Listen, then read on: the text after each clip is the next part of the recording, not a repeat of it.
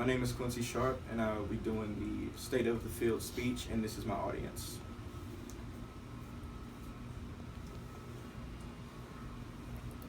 The career that I chose to do the State of the Field speech on was becoming an economist.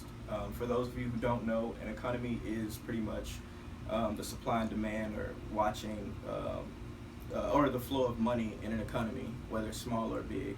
And an economist is the person who chooses to do the research and does the studies to figure out what a particular contract or a client that contracts them, to figure out certain trends for how they can maximize their profit, because that's what business is about. They also prepare reports, and they pretty much present it, and they can give their opinion on what's best and what they think that the client should do with the information. What sort of education do you have to have? For the education to become an economist, you can become an economist. The lowest degree that you can earn is a bachelor's, and you can do a bachelor's of science, a bachelor of arts, and it's a liberal arts degree. And you can get pretty much a very good job with those. You can work in the government. You can work just like lower level kind of things. You can also become student aged assistants to the professors at big universities and make a pretty decent living with that, and still get some research done to further your career.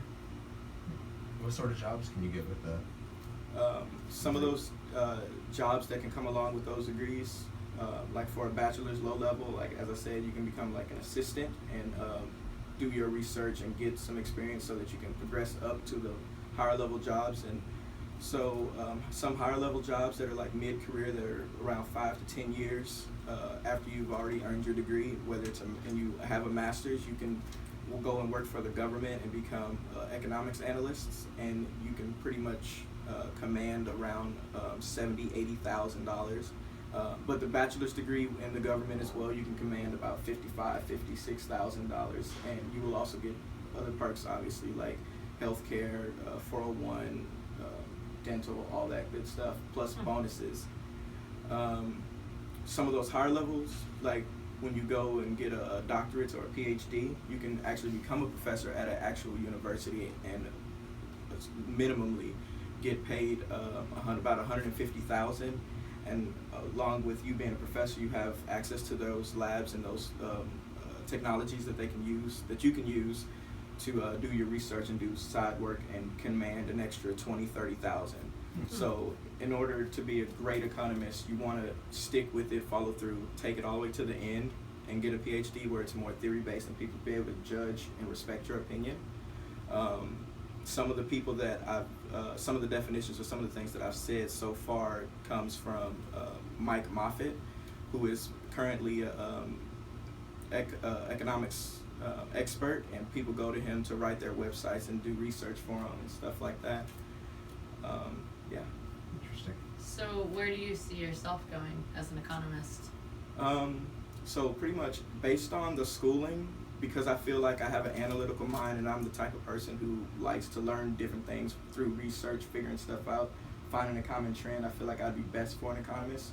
But I also feel like, why try something and just stop when you get comfortable? So I feel like I would take it all the way to the PhD and be one of those respected people in the field to be able to give my opinion on things and actually affect change. Because at the end of it all, that's the type of job that you want to make changes, positive changes. So, and that concludes it. Well done. Thank you. Very nice.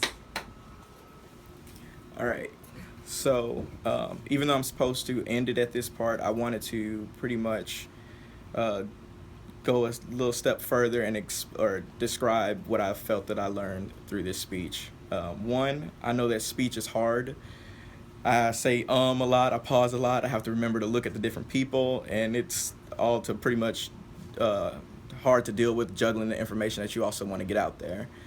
I've also learned it's probably more difficult to ask your friends to be your audience, because you know those faces and you feel like you have to prove yourself or something like that, as opposed to people who you don't know. It's just like, I'm just gonna give you the information and leave. I don't care about you really.